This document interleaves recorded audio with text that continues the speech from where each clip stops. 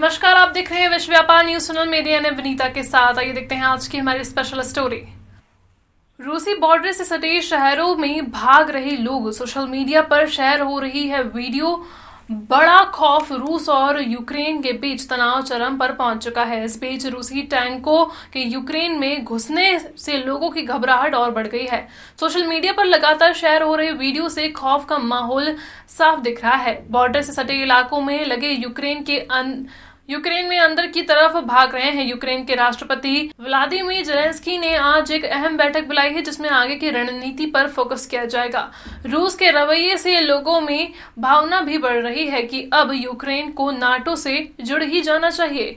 Putin के भाषण पर थी यूक्रेन की जनता की निगाह है।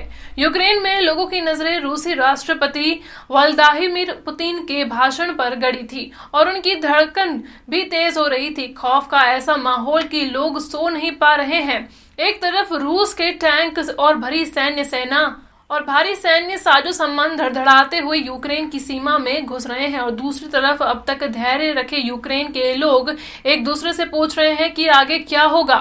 राजधानी कीव में मौजूद एक अंतरराष्ट्रीय पत्रकार बताते हैं कि घटनाक्रम बहुत तेजी से बदल रहा है। आम लोग अब परेशान नजर आ रहे हैं। सड़कें खाली हैं और लोगों की नजरें टीवी चैनलों पर टिकी हुई हैं। रूस की सीमा से सटे खरकीव और दूसरे शहरों में अफरा तफरी का माहौल है। लोग पश्चिम की तरफ पलायन कर रहे हैं। मेडिकल यूनिवर्सिटी में पढ़ने वाले विदेशी छात्रों ने देश लौट रहे हैं। खरकीव नेशनल मेडिकल यूनिवर्सिटी में पढ़ रहे भारतीय छात्रों ने विशेष संवाददाताओं से बात कर यह स्थिति बताई कि गंभीर है और अब हम सब घर लौट रहे हैं। मंगलवार देर रात एयर इंडिया की एक फ्लाइट खरकीव से करीब 242 भारतीय छात्रों को लेकर दिल्ली पहुंची है। यूक्रेन सरकार ने तेज किया है एक्शन प्लान।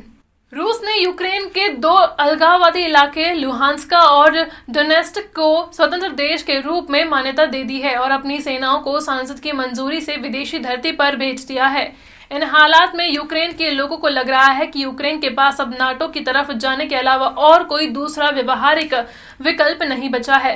मंगलवार देर रात यूक्रेन के राष्ट्रपति व्लादिमीर जेलेंस्की ने देश को संबोधित किया और कहा कि इस संकट में यूक्रेन के सभी राजनीतिक दल एक हैं और उनका रंग पीला और नीला है। जेलेंस्की आज यूक्रेन के शीर्ष 50 कारोबारियों के साथ बैठक करेंगे और तय करेंगे कि मौजूदा संकट में कैसा निपटा जाए। राष्ट्रपति जेलेंस्की ने कारोबारियों को मुश्किल हालात में टैक्स में छूट देने की घोषणा भी की है, ताकि इस संकट के कारण इकोनॉमी संकट पैदा न हो। विपक्षी नेताओं ने दिखाई सरकार के साथ एकजुटता। संकट के समय यूक्रेन के विपक्षी नेताओं ने सरकार के साथ एकजुटता दिखाई है। यूक्रेन के बड़े कारोबारी व विपक्षी नेता नेतारिनाथ अखमेतोव ने अपना टैक्स एडवांस में ही जमा कर दिया है, ताकि इकोनॉमी में मदद मिले। बता दें कि अखमेतोव पूर्व राष्ट्रपति विक्टर यानुकोविच के समर्थक है। यूक्रेन की पत्रकार नतालिया बता रही हैं कि 3 महीने पहले यूक्रेन की राजनीति गंदी थी, लेकिन अब सब एकजुट हैं। पूर्व में लोकतंत्र समर्थक प्रदर्शनों का विरोध करने वाले उद्योगपतियों ने भी अब यूक्रेन का समर्थन कर लिया है। हमेशा की तरह राष्ट्रपति पुतिन ने यूक्रेन को बांटना चाहा, लेकिन यूक्रेनी नागरिक अब मजबूती से एकजुट हो रहे हैं। दिसंबर में जब यूक्रेन को लेकर रूस और पश्चिमी देशों के बीच तनाव बढ़ा, यूक्रेन की सरकार की तरफ से लोगों को यही कहा गया कि शांत रहें और अपना काम करते रहें। रूस के हमले की आशंका तो जाहिर की जा रही थी, लेकिन यह अंदाजा किसी को नहीं था कि घटनाक्रम इतनी तेजी से बदलेगा।